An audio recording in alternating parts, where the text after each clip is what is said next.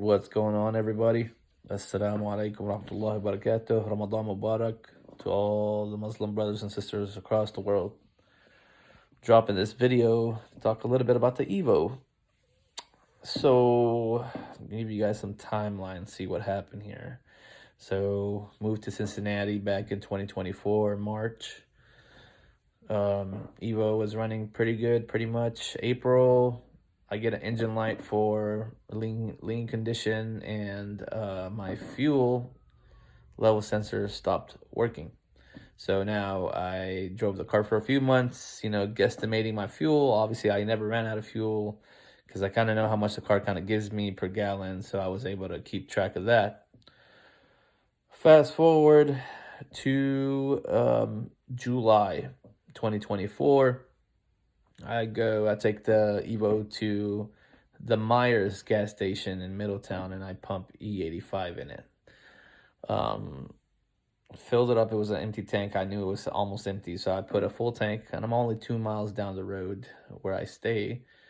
So I drove the Evo back, parked it in the garage, and then literally a week later, I go to the Evo, try to start it, and it was just crank and no start. So the first thought in my head was, okay, my fuel pump went out. It was already kind of doing something weird.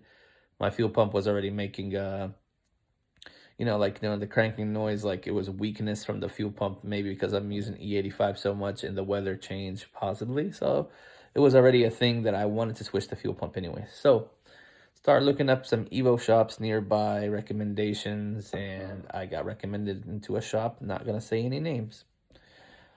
I'll get the car towed to that shop. Actually, that was not right away. So let me give you going back to the timeline. So end of July, we discovered the issue. October, end of October, the car sits there for a few months, right? Just too busy, life, whatever. So I couldn't really act on the car right away. October comes through, mind you, the car's just sitting there, right? So I get the car towed to that shop, the Evo shop, right?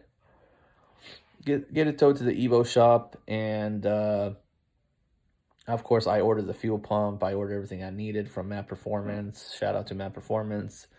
A guy named William there that pretty much emailed me back and forth on what parts do I need to make sure I run this pump, which is a Walbro 450 for the Evo, with all the necessary wiring and all that good stuff. Anyways, take it to that shop, right? Gave the shop my pump and the wiring and all that stuff. Well, they wired the pump, almost ready to go. Of course, I've asked the shop to do a few things for me, right?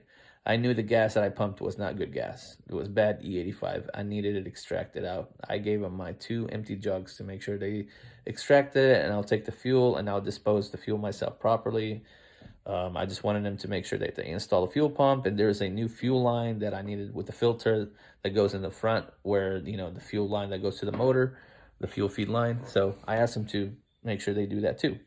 And I had some fuses. I told them, you guys can just replace my fuses. You guys might as well. You're already there. Do it.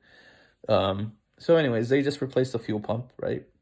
They did the wiring, but they did not connect the positive or negative wire. They ran the wires by the battery, but they never hooked it to the battery. And here's why.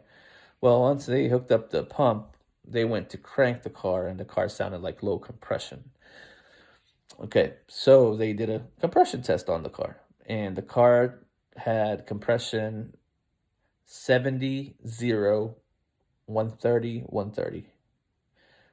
70 compression, 70 psi on cylinder 1, 0 compression on cylinder 2, and 130 and 130 on 3 and 4. When they emailed me, they're like, hey, well, good news, we installed your pump. Bad news, you have very low compression. We're not sure what it is.